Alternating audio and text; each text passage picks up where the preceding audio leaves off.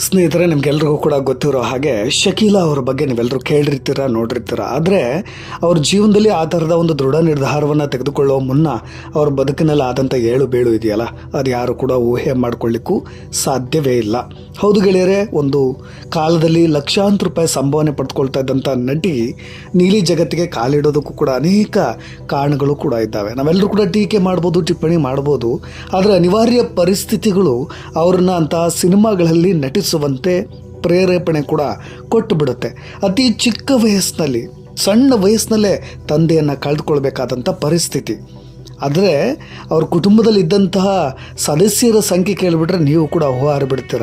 ಶಕೀಲಾ ಅವರು ಒಟ್ಟು 6 ಮಕ್ಕಳಿದ್ದಂತಹ ಕುಟುಂಬದಲ್ಲಿ ತಮ್ಮ ಮೇಲೆ ಜವಾಬ್ದಾರಿಯನ್ನು ಕೂಡ ವಹಿಸ್ಕೊಳ್ಬೇಕಾಗಿ ಬರುತ್ತೆ.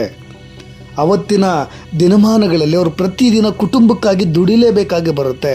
ಅದಕ್ಕೋಸ್ಕರವಾಗಿ ಅವರು ಅನಿವಾರ್ಯವಾಗಿ ಆಗಿನ ಕಾಲಕ್ಕೆ ಅತಿ ಹೆಚ್ಚು ಹಣವೂ ಸಿಗಬೇಕು, ಕುಟುಂಬವನ್ನು ನಡೆಸಬೇಕು ಅನ್ನೋ ನಿಟ್ಟಿನಲ್ಲಿ ಈ ಥರ ತಪ್ಪು ದಾರಿಯನ್ನು ಕೂಡ ತುಳಿದು ಬಿಡ್ತಾರೆ. ಅನೇಕ ಸಂದರ್ಭಗಳಲ್ಲಿ ಅವ್ರಿಗೂ ಕೂಡ ಅನಿಸಿದ್ದು ಉಂಟು, ನಾನು ಈ ನೀಲಿ ಜಗತ್ತಿಗೆ ಕಾಲಿಡಬಾರ್ದಿತ್ತು ಅಂತ. ಆದರೆ ಕುಟುಂಬದ ನಿರ್ವಹಣೆಗೋಸ್ಕರ ಅವರು ಈ ರೀತಿಯಾದಂಥ ನಿರ್ಧಾರಗಳನ್ನು ತೆಗೆದುಕೊಂಡಿದ್ದೇ ಬಹಳಷ್ಟು ಜನರಿಗೆ ಆ ಥರದ ಒಂದಿಷ್ಟು ಅನುಮಾನಗಳು, ಗೊಂದಲಗಳು, ವಿರೋಧಗಳು ಕೂಡ ಪ್ರಶ್ನೆ ಹೇಳ್ತಾನೆ ಇರುತ್ತೆ.